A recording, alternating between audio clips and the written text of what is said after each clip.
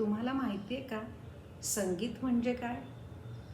गायन, वादन आणि नृत्य या तीनही कलांचा संगम म्हणजे संगीत.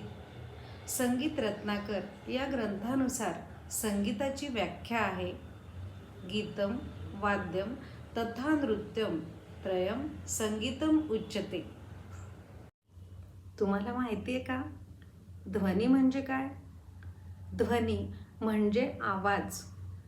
संगीत ही कानांनी ऐकण्याची कला आहे, त्यामुळे यामध्ये ध्वनी अत्यंत महत्त्वपूर्ण असतो. ध्वनी दोन प्रकारचे असतात. पहिला संगीताला उपयोगी आणि दुसरा संगीताला निरुपयोगी. तुम्हाला माहिती आहे का, नाद म्हणजे काय?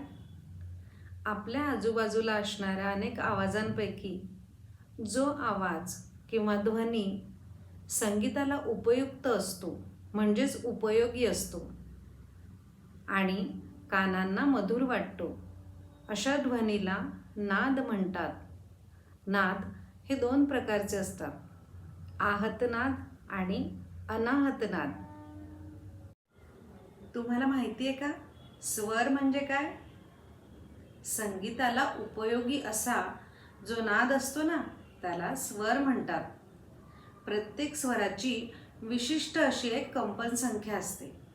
म्हणजेच आपण असंही म्हणू शकतो की संगीताला उपयोगी असणारा आणि विशिष्ट कंपन संख्या असणारा असा नाद म्हणजे स्वर.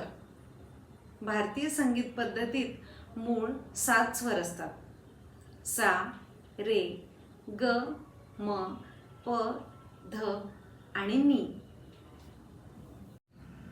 तुम्हाला माहिती आहे का, सा म्हणजे षड्ज, रे म्हणजे ऋषभ, ग म्हणजे गंधार, म म्हणजे मध्यम, प म्हणजे पंचम, ध म्हणजे धैवत, नी म्हणजे निषाद आणि सा म्हणजे षड्ज.